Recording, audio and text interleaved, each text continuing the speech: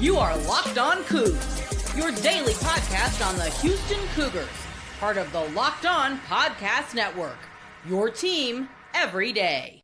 But before we get too far, today's show is brought to you by Mazda, who crafts cars for those who do more than simply move. Mazda delivers confidence every ride. I tell you all the time, I drive a Mazda. I have a toddler. The fact that the Mazdas have more IIHS Top Safety Pick awards than anyone else as of August 2025 is a big deal for me as I pick a vehicle. It was a big deal for me when I was picking my most recent vehicle. And you can feel the craftsmanship, you can feel the control. It makes an everyday drive feel like anything but every day. Like the players for the Houston Cougars, we sweat every detail with our Mazdas. When you make every move count, impossible becomes irrelevant. Mazda, move and be moved.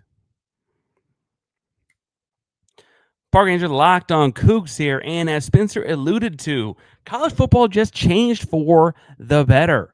The ACC as a conference and the fourth Power 4 conference so officially makes it all four power conferences, requiring teams to play 9 conference games and 1 game against a different Power 4 opponent. Okay, so the Big Ten doesn't quite have that last stipulation, but most of those schools do that anyway.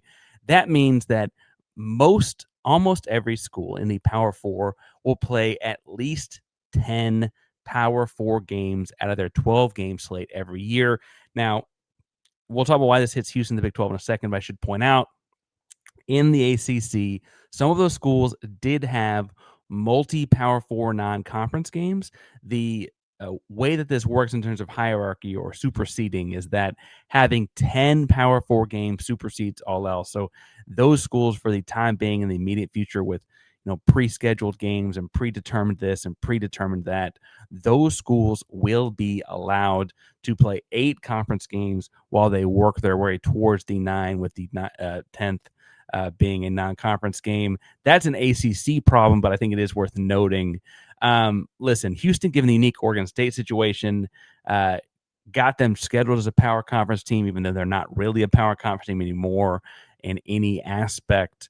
So they don't really have one, but the typical Big 12 school will play a Power 4 game, a FCS game, and a Group of 6 game as their 3 non-conference teams. You occasionally get someone like the Baylor rivalry. They'll get in an SMU, or TCU gets an SMU kind of rivalry game in there as well. And sometimes that makes it 2 non-conference Power 4 games. Houston currently has 2027 and 2028 booked. So they have 2025 and 2026 with Oregon State, 2027 with LSU, and 2028 with Oklahoma.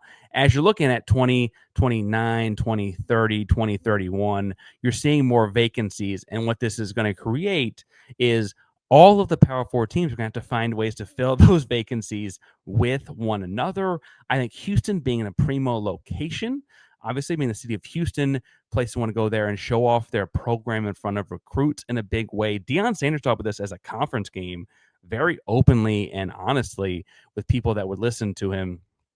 I think it's a big advantage for Houston to be in Houston in that instance. I think you can expect to hear more ACC and SEC teams looking to add Houston in those windows, or add other Big 12 schools in those windows in 2029, 30, and 31, because honestly, they kind of have to. The SEC did this a few weeks back. We took notice a little bit of it back then.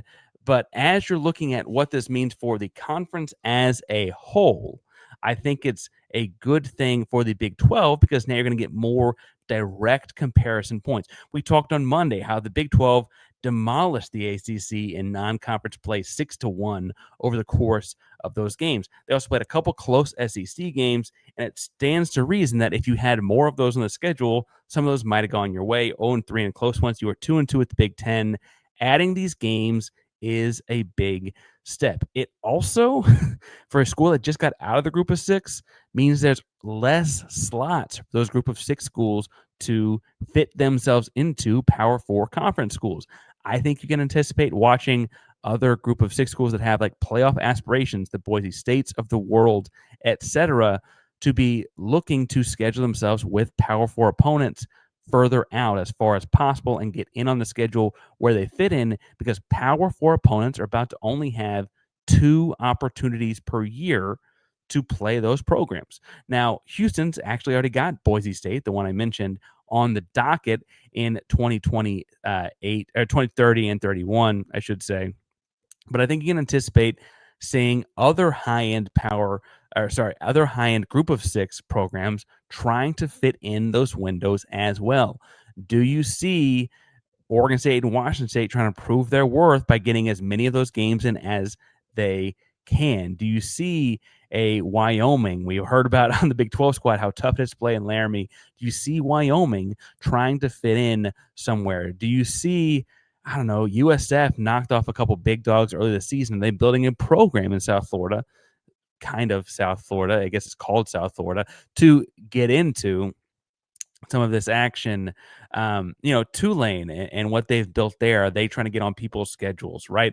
Across the board, I feel like you're going to see a lot of these competitive group of 6 teams with a lot less spaces kind of shrink in number, because when you look at resume, if you look at a Memphis with no Power 4 wins and you look at a Tulane with 1 or 2, suddenly that Tulane team looks stronger. Obviously, those 2 teams being in the same American Conference is a little different than if you had one like the Mountain West or something, but you catch my drift, right? The idea here being that ultimately this is shrinking the opportunities for the group of 6 to make that name for themselves, so to speak, and opening up for Houston and other Power 4 teams to really make an advantage for themselves in scheduling. Now, I know Houston fans want to see big-time programs come through TDECU and play true Houston home games. I think as you see this program build and develop, you see more investment into the facilities. They just built a big expansion of the football facility from a usage standpoint, not necessarily from a seating standpoint. I think you're going to see a lot of schools really look at it. In the meantime, though, let's just be honest. The way that Houston, Oklahoma played back in the Baker Mayfield game in NRG, that's going to kind of be what other schools are looking to get out of this. And I think, honestly, if you're Willie Fritz and company, you take those deals. I know that's not quite the dollar amount that a true home game might bring you necessarily, but it's a chance to build a proving ground for a rebuilding program. And I think Willie Fritz is ahead of schedule. I think most of y'all think Willie Fritz is ahead of schedule. But honestly, if that's what it takes to rebuild the program and you therefore get a bigger dog to meet you at NRG for your, quote, home end of the game, and then you beat them on national television in a big non-conference Power 4 game, then you can, play it up for the next set of contracts, right? You continue to build this thing out. It's a big picture, macro level kind of thing that you kind of start on early. Houston does have the schedule set, so I would look to see in 2029, 30 and 31. But don't be surprised if in the next 4 or 5 months you see someone schedule Houston in a Power 4 versus Power 4 kind of situation that far out, because several conferences now have to. This is great for the sport. As Spencer said before he signed off, this is great for the sport.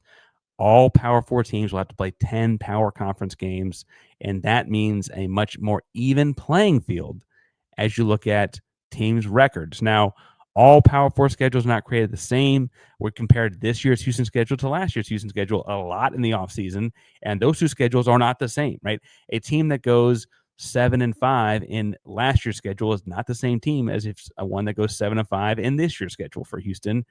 That's the case across all power conferences. However, they're much closer, and I think that's the big deal here. Is things are getting closer. And I think that's something to be paying attention to. We'll be paying attention to all of it each and every day here at Locked on Cougs. So hit subscribe, hit the bell so we go live. We're going to go live after Oregon State this Friday night into the wee hours of the Saturday morning. So we'll be breaking things down there, hitting it all week long here. Got some people to talk to throughout the week. So make sure you pay attention to what we got coming out each and every morning. Locked on Cougs, a primary Locked on podcast network. That means your team every day. Go Cougs.